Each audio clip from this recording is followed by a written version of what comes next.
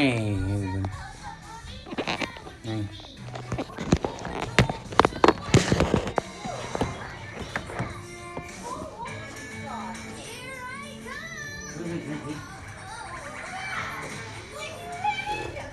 Oh.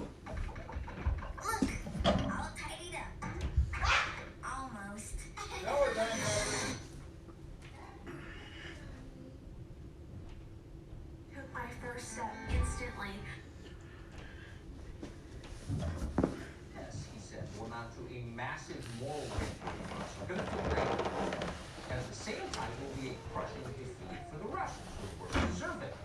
So it's one of those rare occasions when we can see the good guys win and the bad guys lose. Hooray! Well, Washington, you can almost hear the feverish applause as Biden finished speaking. Every constituency loved it. The media agreed that Joe Biden had never seemed more presidential.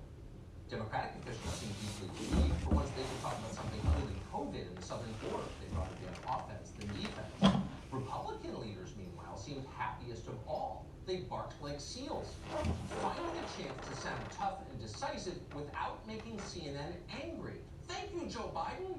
We can all be John McCain now. You rarely see unity like this in a city as divided as Washington. The unity was so heady, in fact, so delightful and intoxicating, that no one remembered to ask the most basic question. Why exactly are we doing this? What's the point? Is the point to bankrupt Vladimir Putin? That might be worth doing, but this won't do it. Putin already has ready markets around the world for his oil, starting in China and India and Turkey. So that's not going to work. Maybe the point is to force Russian troops to withdraw from Ukraine. That would definitely be worth doing. But no, that's not the point either. Joe Biden didn't typically say absolutely anything, but even Joe Biden didn't claim today that sanctioning Russian oil would end the war in Ukraine, because it won't. So who exactly are these sanctions aimed at? Think about it.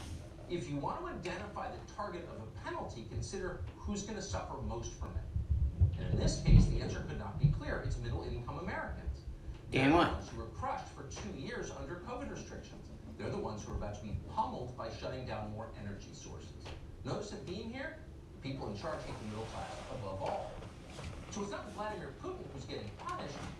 It's American citizens. It's you. That's not speculation. Gas prices are already the highest they have ever been in history, and they're about to get even higher, potentially much, much higher. So the price of natural gas, and the price of electricity, and food, and everything else you buy that has to be transported more than 100 yards from where it was made. Which is to say, every single thing in your life. No fucking shit. This is not good news for you, no matter what Washington is currently claiming. Now here's the only problem.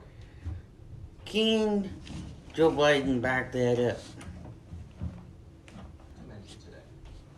Today, I'm announcing the United States is targeting the main artery of Russia's economy. We're banning all imports of Russian oil and gas and energy. That means Russian oil will no longer be acceptable at U.S. ports, and the American people will deal another powerful blow to Putin's war machine. It's simply not true that my administration or policies are holding back domestic energy production. That's simply not true. So lying by omission is pretty simple. Here's a good question for everybody. Why in the hell would you elect, pardon my French, just freedom of speech here, folks, not intending it to get a copyright or anything, but a lunatic that's a jackass. Because middle class people like me, every other middle class people out here, feel the exact same way. We don't want to be in prison of being punished. No fucking way. In hell. We don't want to be punished. You just don't mention the truth. You heard Biden do that just there. Have you ever heard this phrase? Fake news. Illusion or senility or whatever else explains Joe Biden's behavior. It takes something like that to tell That's Joe Biden. What you just heard at the end of Biden's statement. Quote, it's simply not true that my administration or policies are holding back domestic energy production. Oh, but it simply is true. It's demonstrably true, and everyone knows it. On his first day in office, Biden single-handedly killed the Keystone XL pipeline. Then, just days before Russia invaded Ukraine, weirdly, Biden's administration shut down all new energy leases and permits on federal land. That happened. Vladimir Putin did not do that. Joe Biden did it. Watch Biden's publicists try to explain that actually preventing domestic energy production, which they have done, is very different from holding back domestic energy production. Here she is. Let me give you the facts here, and I know that can be inconvenient, but I think they're important in this moment. To the contrary, we have been clear that in the short-term supply must keep up with the demand. We are adhering around the world when we make the shift to a secure, clean energy future. We are one of the largest producers with. Bullshit.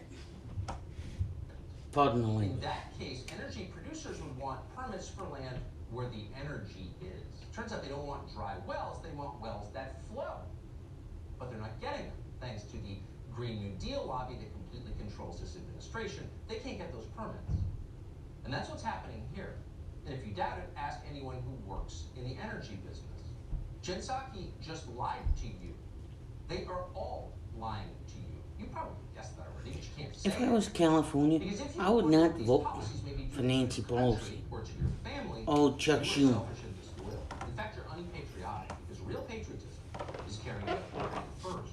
And by the way, caring about Ukraine means prolonging a bloody war in Ukraine until the entire country of Ukraine has been destroyed and millions of Ukrainians are refugees. We know we can do it because we did it in Iraq. We can do it in Ukraine. That's patriotism. Once you spell it out, it all sounds kind of complicated. So we're going to hand it over to our late-night moral leader, Stephen Colbert, to explain it. Today, the average gas price in America hit an all-time record high of over $4 per gallon. Okay, that stings, but a clean conscience is worth $1 or $2. I'm willing to pay. Joe Biden, you either got two options. Option one, be impeached by the United States. Or option two, resign. Either that, the United States of America people want your resignation. Effective immediately. Pay $4 a gallon? Hell, I'll pay $15 a gallon because I drive a Tesla. Well, it turns out a guy who makes $16 million a year is willing to pay a little more for gas if that's the right thing to do. He's willing to make that sacrifice because that's the kind of caring, decent man Stephen Colbert is. Now, what's true is you just heard that he doesn't actually use gasoline. He drives a $150,000 electric car. But he will do it anyway. He's the kind of man who will take you out to dinner and let you pay. And at the end, he'll let you leave a big tip because he cares about the server. Sometimes, as Stephen Colbert reminds us, life is about making tough moral choices. And that's especially true now.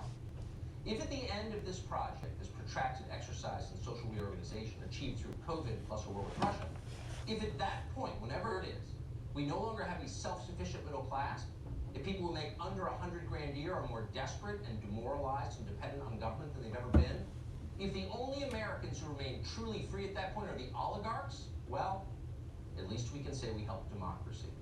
When Mark Zuckerberg controls everything in America, you will know it's a truly democratic system.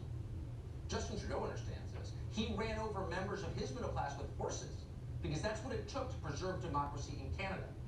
And then he went farther. He seized truckers' bank accounts. And then he shut down a coffee shop that served people who didn't vote for him. That's what democracy looks like. Elizabeth Warren was excited when she saw this kind of democracy at work.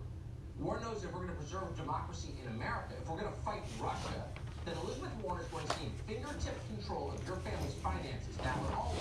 And by the way, don't try to hide anything from Elizabeth Warren, say cryptocurrency, because if you do, Elizabeth Warren will know you were working for Vladimir Putin. As I mentioned earlier, we're going after two things, trying to squeeze the Russian economy and also trying to squeeze those oligarchs, right? The problem is we're doing that only through the formal banking system. And we did a good job on that, and that is very effective. It's historic. I'm 100% behind it. But there's a hole in the dike here. And the hole is crypto. In other words, you gotta pick it, crypto. If you want to continue to trade and provide the trading platforms and so on in the wallets, you can do business in Russia or you can do business in the United States, but you can't do business in both. Here's an idea. Let's keep dumb people and crazed partisan demagogues away from our financial system and our power grid. They can keep the sociology department, have fun, but why don't you stay away from the fundamentals that keep the country running? How's that sound? That'll be around for decades. Here's a dumb question for you. Not a dumb. Here's an odd question. Got two people in mind, actually. Who would you want for president of the United States? Joe Biden or Donald Trump or George W. Bush? Leave a comment down below. Because A,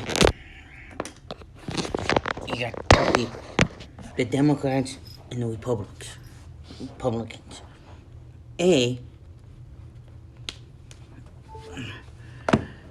the Republicans don't want open borders. But the Democrats want open borders and let terrorists in, like Osama bin Laden did.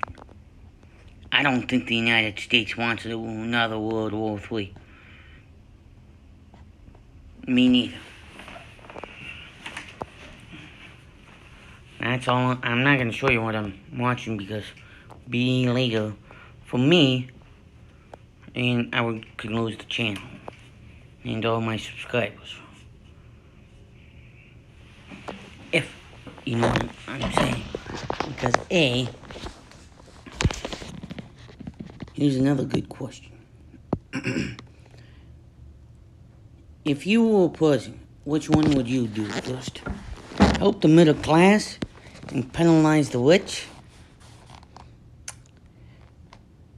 Or B, is help the middle class and make sure terrorists and put sanctions on Russia. If you guys know what I'm saying.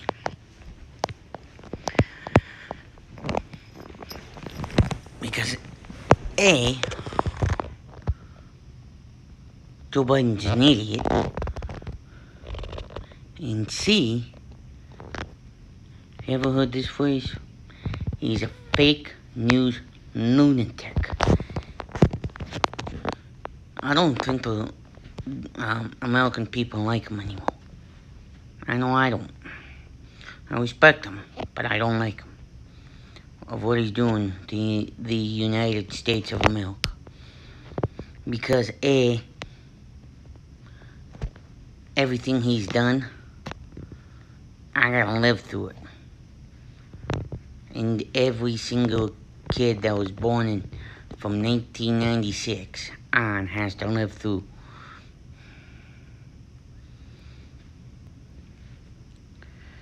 Now, I want to give a big shout out before we continue, before I forget, to the Pete McDivitt Show, Ace Pilot 2K7, Y. Wilson, JBG Travels, JB Hunt, more others. And the other one would be Donald Trump. Wanna know why? Because he called him out and he said this much: we need a southern border protection. We need to stop illegal immigrants coming into the United States illegally and stop the drugs and help fund the police. We need more police.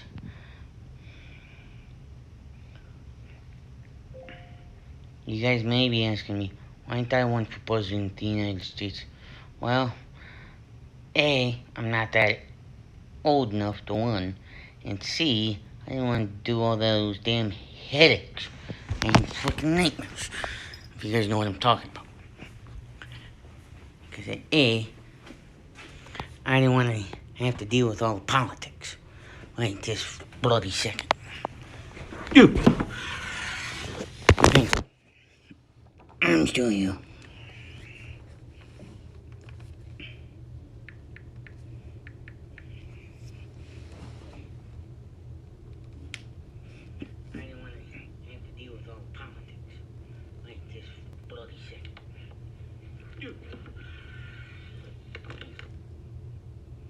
doing here?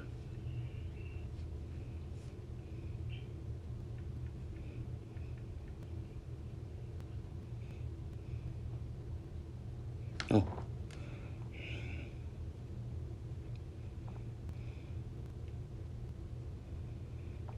It's Wow Wednesdays at Hy-Vee. This Wednesday, get bananas for just 19 cents a pound.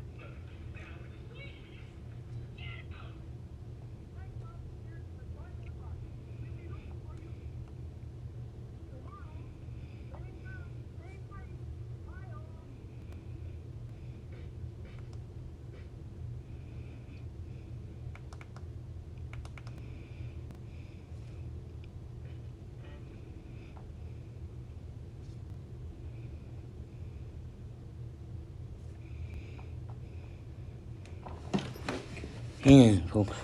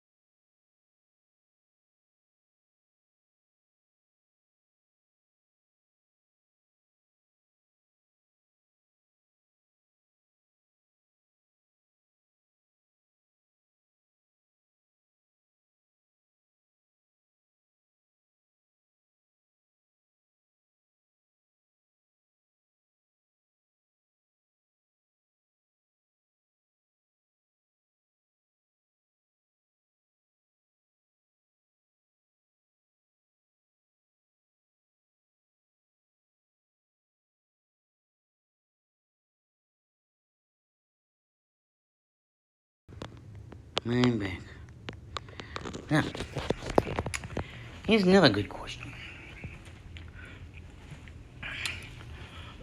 What knobhead?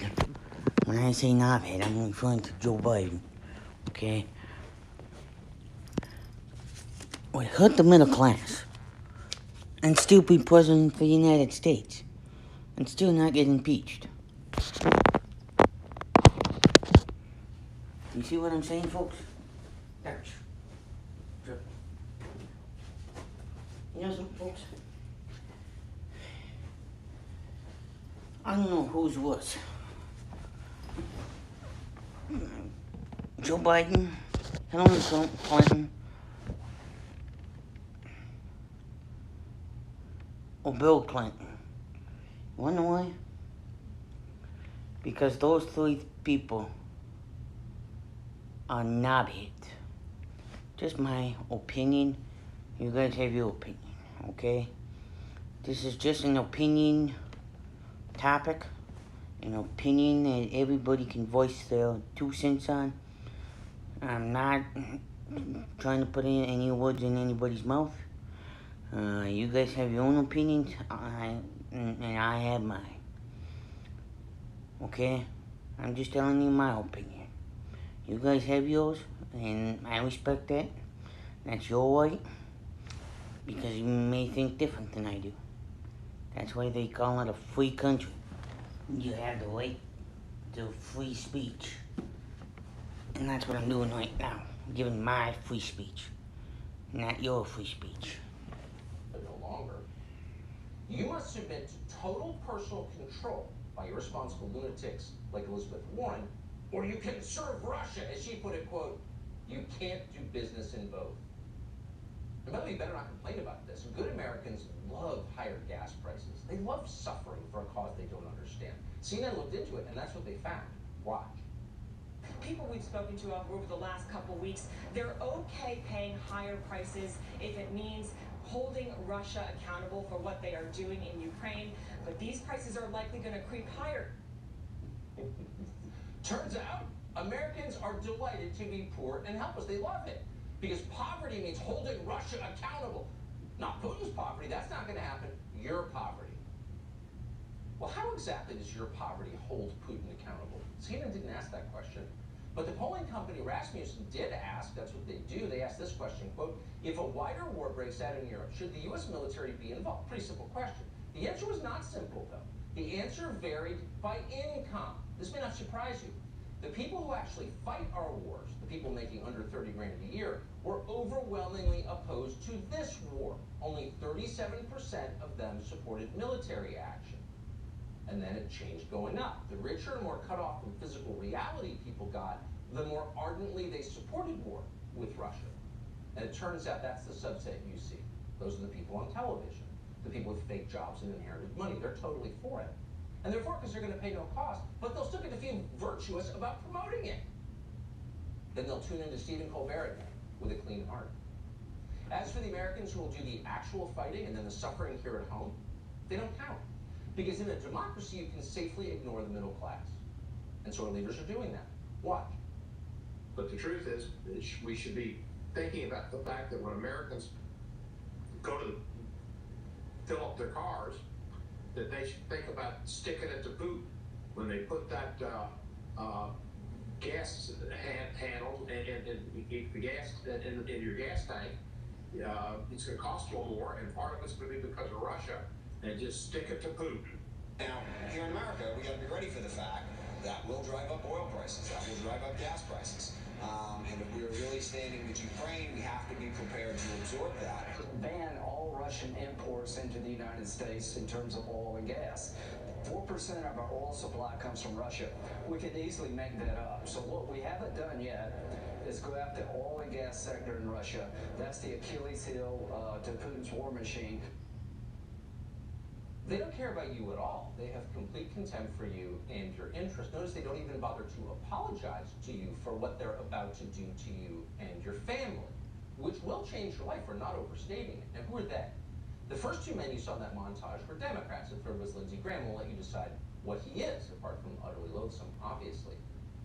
But we have to tell you that virtually every elected Republican in Washington, D.C. is fully on board with this, which is another way of saying they are totally committed to screwing their own supposed constituency, which would be America's shrinking, desperate middle class. Those are the people who vote Republican, and this is what they get in return. No apology. Shafted. It's hard to remember a betrayal at this scale, and yes, we have been here before, by the way. We've been in conflicts with Russia for a long time. The United States traded with the Russians through the height of the Cold War, when the Soviet Union and the United States had nuclear weapons pointed right at each other, and we worried one might go off.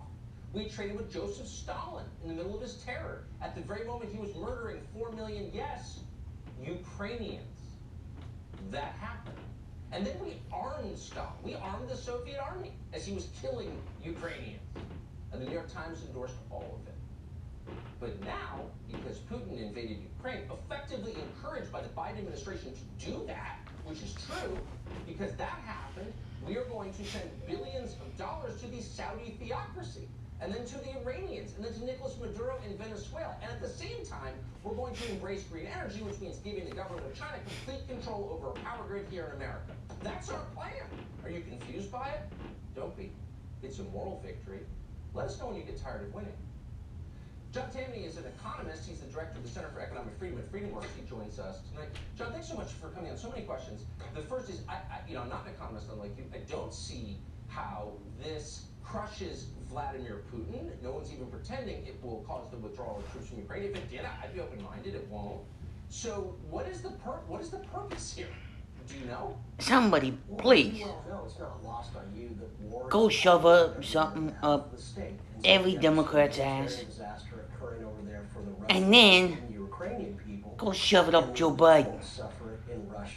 In the United States, we have a Biden administration staffed by individuals who will never suffer the pain of the pump, who will never suffer higher grocery prices, who are actively getting in the way of the ability of the American people to trade with others overseas, to import certain goods and services. Because And if so I'm getting frustrated with it, I know this every single freaking middle class is getting frustrated. Well, that is so And they true. want Wars answers. are engines of change. So And we want answers war now. is on changing a country's Not tomorrow. structure, its Not in economic 5 and years. social structure. A war is the perfect engine Tomorrow. to leverage to get that done.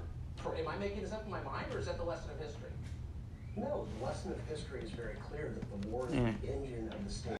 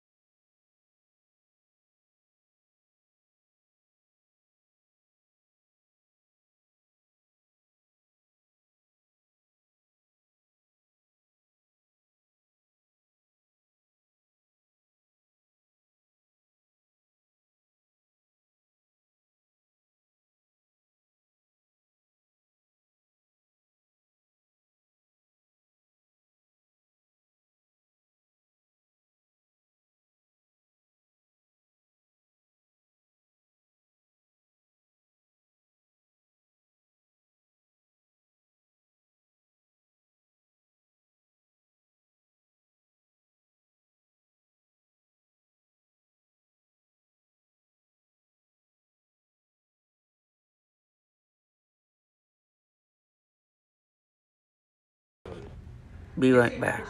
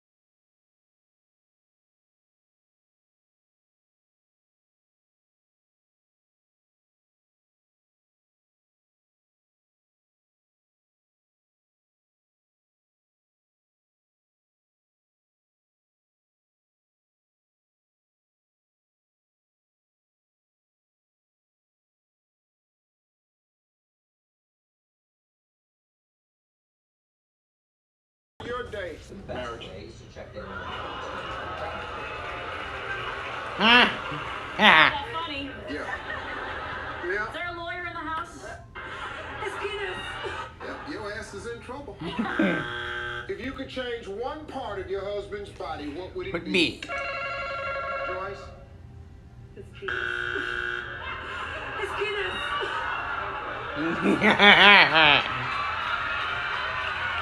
I know. He's having a rough day. If you could get rid of one thing in your life for a whole year, what would you choose?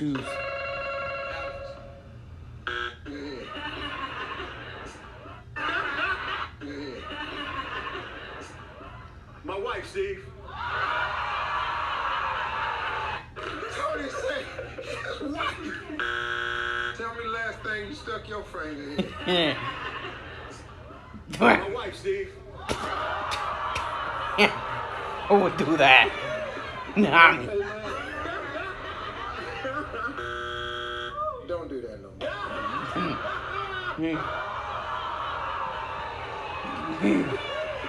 You okay, man? Don't do that no more. This is just a game we play here. You have to live with this woman.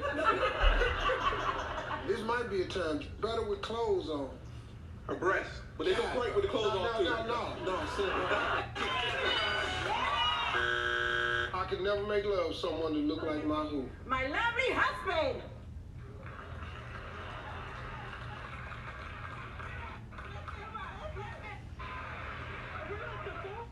She's right there. Name something about your wife you never make fun of when she's around. Her smell. Not at all, dude. All right, Paul. A man should wait until his divorce is final before telling his wife she's what? Carter.